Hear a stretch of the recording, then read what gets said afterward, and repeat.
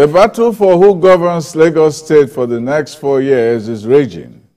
Governor Babajide Sanwo-Olu is seeking re-election for a second term, but he is being challenged by candidates of the People's Democratic Party and the Labour Party, Dayo Adedayo and Gbadebo Rose Vivo.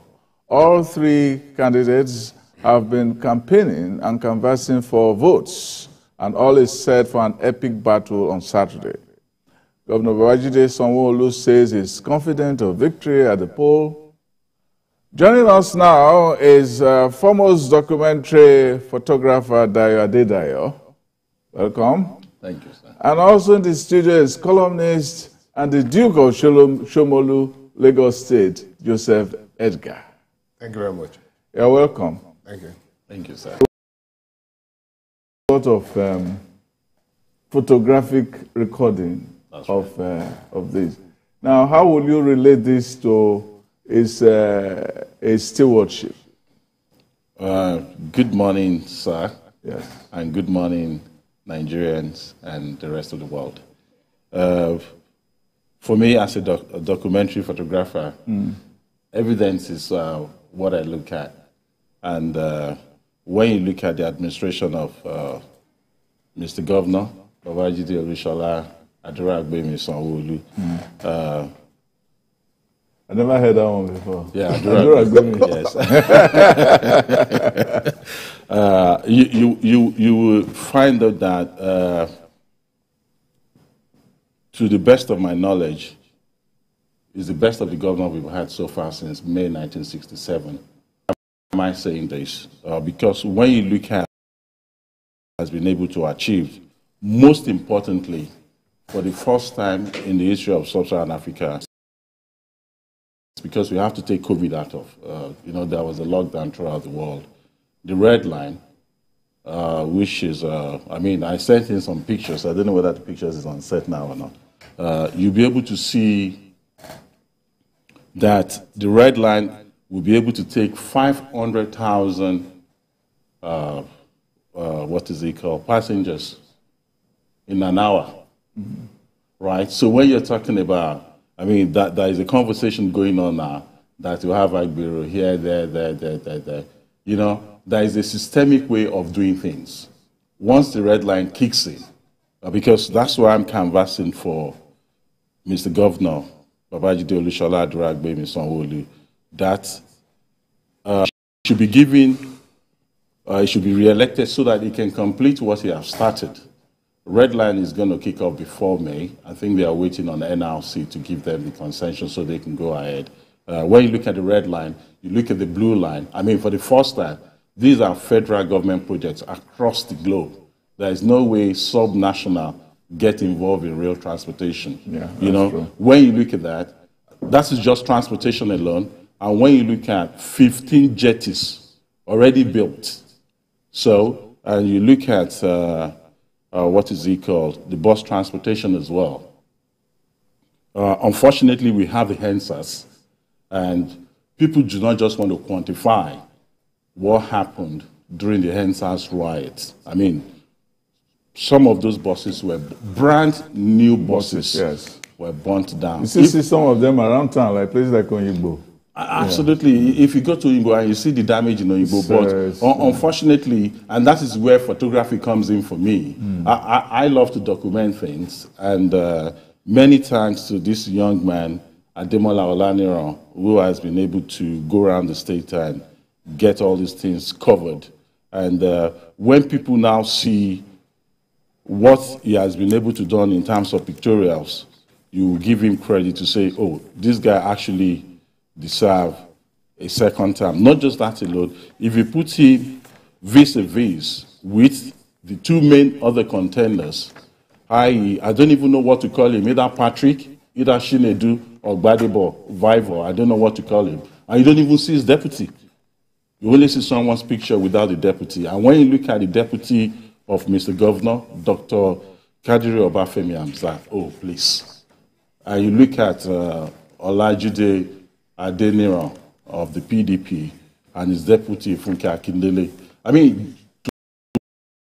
Two of them together. If things were working normally, if things are sane in Nigeria at the moment, I would say Mr. Governor have no competitor. Unfortunately, a lot of people are ruled by emotions, not by its integrity, not with what they've seen.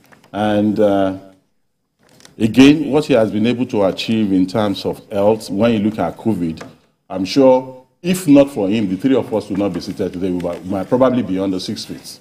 Yeah, He was the president of Nigeria during COVID. He was the only known face everybody see every day as the incident commander. COVID came into Lagos, and without Lagos coming on board to do what they have to do, we might have been India, or what happened in New York or in London. Or China. Or China. And up to today, China has not even recovered. So for me, Babajide Olushola's son was re-elected. And with all the pictures I've taken, and that is why I have this book with me, Selibu, you know, Mr. Selibu, because the guy is just too brilliant in everything he does, and very humane, very humble, highly spiritual, and he has no grain of bitterness in him. All he does is just get the job done for the greater good of people. Why is it that there is any talk about a shockwave from the last presidential election? Okay, good morning. Let me say this very quickly, that it's a huge privilege to finally get to meet you. I used to read as a secondary school child. Thank you. And I've been in the other camp, opposing almost everything I've written in the last 2 years. That's not new. Okay, so 6 months ago, I wrote a column. I wrote an essay. And because I'm a political scientist, I have a master's degree in political science, and I'm also an investment banker. So I wrote an essay, and I said very clearly in that essay that win or lose for APC at the presidential level, that the governorship side of it in Lagos, you get, will shake. I don't think I was taken seriously, you know, and that's what we're seeing here right now. And that's why I'm standing with Mr. Governor, because I feel very strongly that Mr. Governor is about to be bullied, you get, due to no fault of his. My colleague has mentioned so many laudable projects that the governor has done. So we are seeing a lot of push on the left-hand side, if I may call that are not really based on...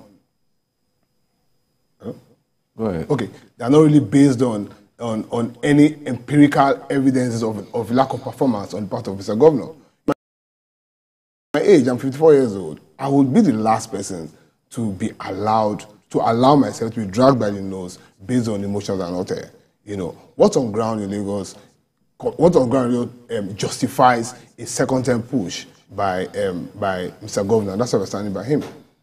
Well, some people have said he has done all of these good things. Why is there an issue? Because it has been recorded many times in political history. You're a political scientist, that sometimes performance is not sufficient. But you have to play both the politics of governance and the politics of election. The politics of governance, you can win and lose. The politics of election, you can win and lose.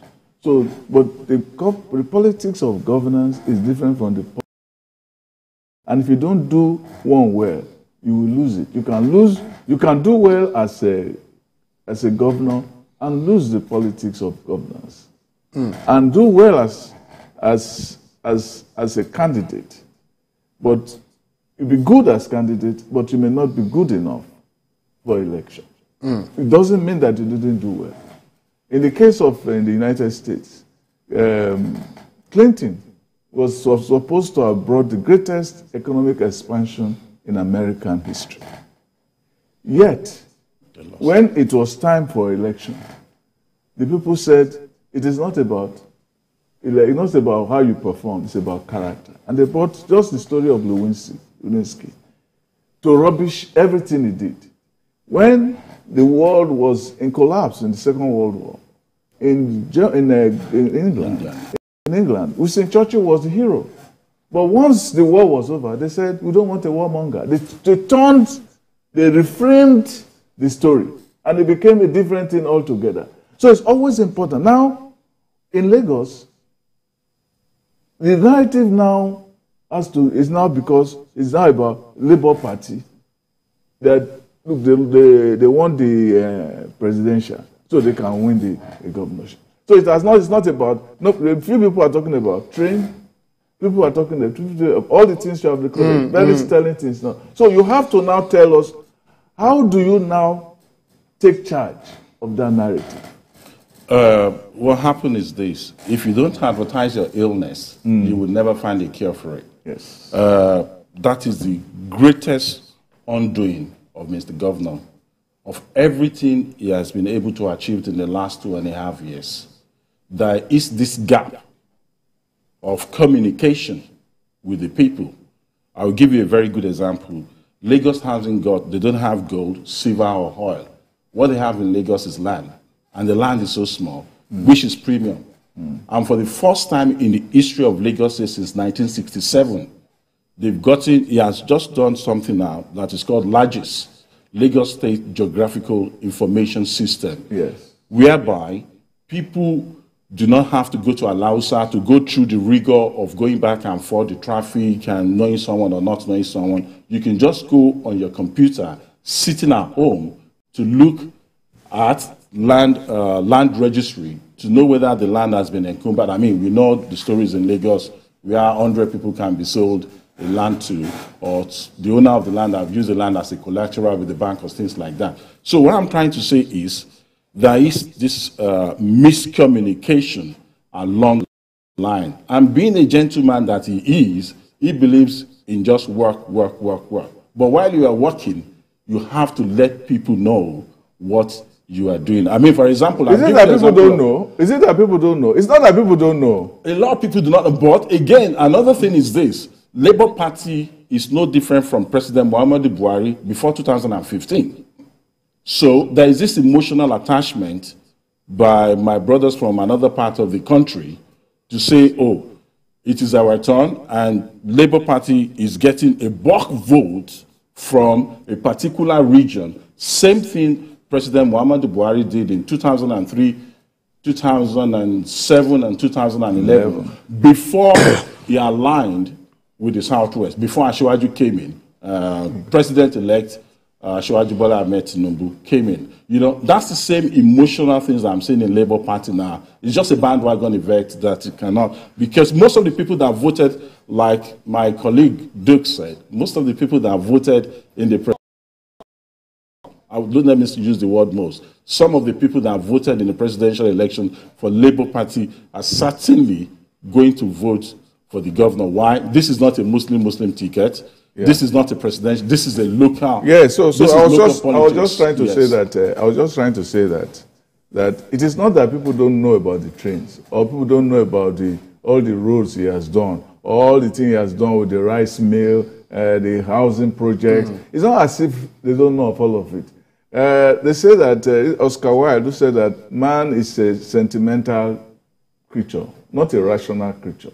So all those things are good. That's why I was talking about the idea that politics of governance and politics of election, and that you have to frame everything at the right time to frame it. But what's happened in the last week, there are 2 weeks without election, tend to have cast a shadow on whether you've done train or not. Now the story is now changed. I think we are going to go on the